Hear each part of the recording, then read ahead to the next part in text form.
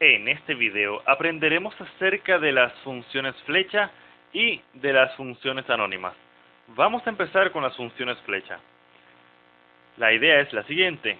En pantalla tenemos una simple función, la función duplicar, que lo que hace es que recibe un parámetro y este parámetro es numérico y la función lo que hace es duplica el valor que se le pasa como parámetro y lo devuelve. Y eso es absolutamente todo.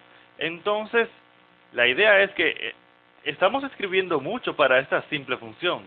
Quizás podríamos hacerlo de una manera más compacta. Y para eso tenemos las funciones flecha o las funciones lambda. La idea es tener una manera más resumida de escribir funciones. Por ejemplo, en el video anterior vimos que podíamos guardar funciones dentro de una variable. Entonces yo voy a hacer lo mismo en este video. Yo voy a decir let duplicador va a ser igual a, pero ahora vamos a, en vez de decir function, vamos a ahorrarnos todo eso y vamos a decir simplemente paréntesis para indicar parámetros x number, es decir, un parámetro que va a ser numérico y como valor de retorno, luego del operador lambda, vamos a colocar el cuerpo de la función, que va a ser en este caso x por 2, o es decir, el doble del parámetro. Y eso es absolutamente todo. Fíjate que con esta sintaxis tan pequeña, hemos resumido esto de acá en tan solo esta simple expresión que tenemos acá. Lo mismo podemos hacer si tenemos varios parámetros que utilizar. Podemos decir let, una función de varios parámetros, y vamos a decir x string, y yo estoy utilizando variables como x y y porque son más simples, pero ciertamente yo puedo utilizar, por ejemplo, es un continente, y expresarlo como booleano, o indicar que es un booleano, es decir, son variables al final. Y ahora vamos a decir que yo quiero, con esto, vamos a decir que yo quiero hacer una función más compleja. Si yo quiero hacer una función más compleja que esta, entonces yo tengo que utilizar llaves y aquí yo coloco el cuerpo de una función. Yo puedo decir, por ejemplo, si es un continente, vamos a decir que retornamos si no es un continente, entonces vamos a retornar esto en mayúsculas. La cosa es que fíjate algo. Esta es una función. Esto que tenemos aquí es una función. Es una función que podemos invocar. La podemos invocar a través de la variable varios parámetros. Fíjate que yo puedo venir acá, varios parámetros, y él me pide que yo le pase un string y un booleano. Y ya yo estoy invocando mi función sin ningún problema. Ahora, ¿qué retorna la función? Fíjate que dice que retorna un string. Pero aquí no dice que retorna un string. No, pero el compilador de TypeScript es lo suficientemente inteligente para ver que si yo retorno un string acá y también un string acá, él entiende que queremos retornar un string.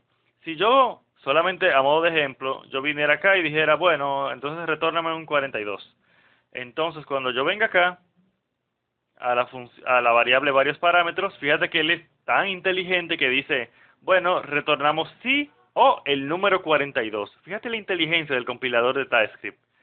La idea es que entonces con las funciones flecha tú tienes una manera resumida de escribir funciones. Pero entonces ahora vamos al otro tema de este video, que son las funciones anónimas. Las funciones anónimas son, como su nombre lo indica, funciones que no tienen nombre. Son funciones que típicamente las declaramos, las utilizamos y nos olvidamos de ella. Es diferente a la función duplicar, que tiene un nombre y que la podemos llamar cuantas veces yo quiera en los distintos lugares que yo quiera, porque como le dimos un nombre, yo puedo hacer referencia a ella sin ningún problema. Duplicador tiene un nombre porque, aunque es una función flecha que al parecer, o una función lambda que al parecer no tuviera nombre, sí tiene algún tipo de ubicación, o mejor dicho, tiene alguna manera, yo tengo una manera de hacer referencia a ella, entonces no es anónima, porque está declarada bajo la variable de duplicador. Lo mismo con la función de varios parámetros, pero ¿y si yo quiero una función que solamente podamos utilizar, que solamente tengamos que utilizar una vez y no olvidemos de ella? Una manera de esto sería que cuando yo tenga una función que recibe otra función como parámetro, como vimos en el video anterior, yo declare esa función en el mismo parámetro. Por ejemplo, vamos a hacer un ejemplo típico de JavaScript de web, que va a ser document getElementById. Vamos a suponer que yo estoy buscando un ejemplo del DOM, o mejor dicho, que yo estoy buscando un elemento del DOM, le vamos a poner que su ID es ejemplo, vamos a decir que no es nulo y vamos a decir addEventListener. Eso lo haríamos típicamente, por ejemplo, si estamos buscando un botón en el documento HTML y yo quiero asignarle un evento click, es decir, que cuando el usuario le haga clic, se me ejecute una función de JavaScript. Ahora, luego de la palabra click, yo tengo que pasarle una función. Para esta función, yo podría hacer lo mismo que yo he hecho hasta ahora, que es declarar una función por su nombre y podría pasársela como argumento a esta otra función.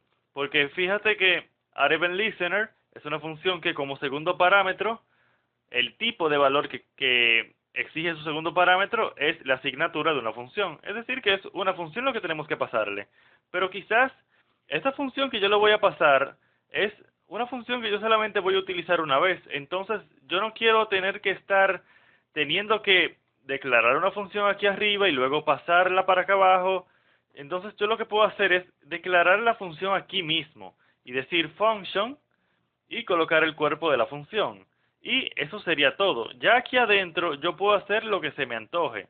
Yo podría hacer todo lo que yo puedo hacer dentro de una función, porque realmente yo estoy en el cuerpo de una función. Entonces, ¿qué es lo que hace addEventListener?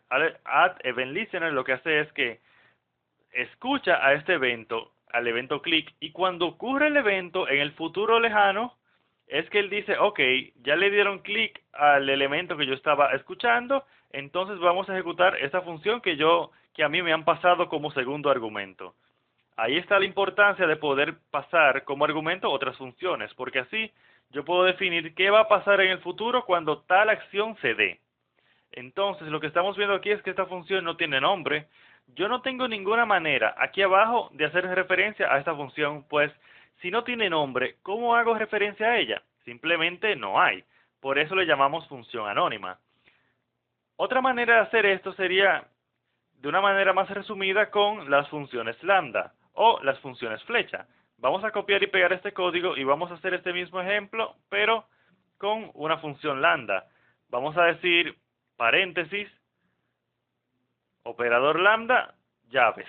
Y es exactamente lo mismo. Tú tienes ambas opciones para utilizar. Normalmente, para funciones anónimas, uno utiliza esta notación, ya que es la más famosa y una de las más antiguas y la que uno está más acostumbrado a ver. Pero nada te detiene para utilizar esta. Fíjate que en este caso, como no hay parámetros, en una función flecha, lo que hacemos es que simplemente abrimos y cerramos paréntesis. Si hubiese parámetros, yo los colocara aquí, tal cual como yo hice en el ejemplo del duplicador. Entonces, en este video lo que aprendimos es las funciones flecha, que son los famosos operadores lambda, como les llamamos en otra función, o perdón, las funciones lambda, como les llamamos en otros lenguajes de programación, que nos permite tener una sintaxis bastante resumida para declarar funciones, y vimos las funciones anónimas que nos permiten utilizar funciones las cuales no tienen nombre y que aunque no podamos hacer referencia a ellas, en algunos casos esto no importa porque solamente las queremos utilizar una vez. Si yo quisiera utilizar una función aquí que yo la quiero utilizar en otros lugares, entonces yo puedo perfectamente declararla tal cual la hemos declarado en otras ocasiones y simplemente pasarla como parámetro acá.